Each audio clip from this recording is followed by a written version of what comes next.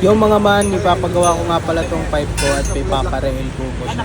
Dito lang yan sa may JCD Auto Elect Muffler Shop, no? Sa may Quirino, mga man.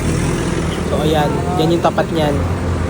At meron tayo ditong nakasabay, no? Nagpa-refiber siya ng JBT-BT niya, no? Ayan si Bossing. Malaki yung makina niyan, big valve. Kita nyo ba yan? Yung sa atin na yan, no? Stock lang. At ayan, pinuputol na yung elbow natin. At ayan na, naputol na yung stock elbow, no? Naiwalay na sa canister. So papakita ko sa inyo kung gaano kaliit yung butas niyan. At ito, binibed na nila yung ginamit nating tubo, yung napili natin. At ayan na, kahulma na siya ng stock. Dito, tinetest fit na ni Kuya kung sakto ba o sobra para kung kailangan putulan. At syempre, dahil sumakto na, nilagyan niya ng pansamantalang dikit para ipulido na yung paghihinang. At ito pala yung stock pipe, no?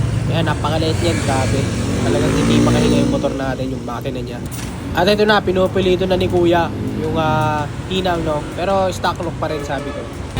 At ganun lang kabilis, no? Tapos na siya, guys.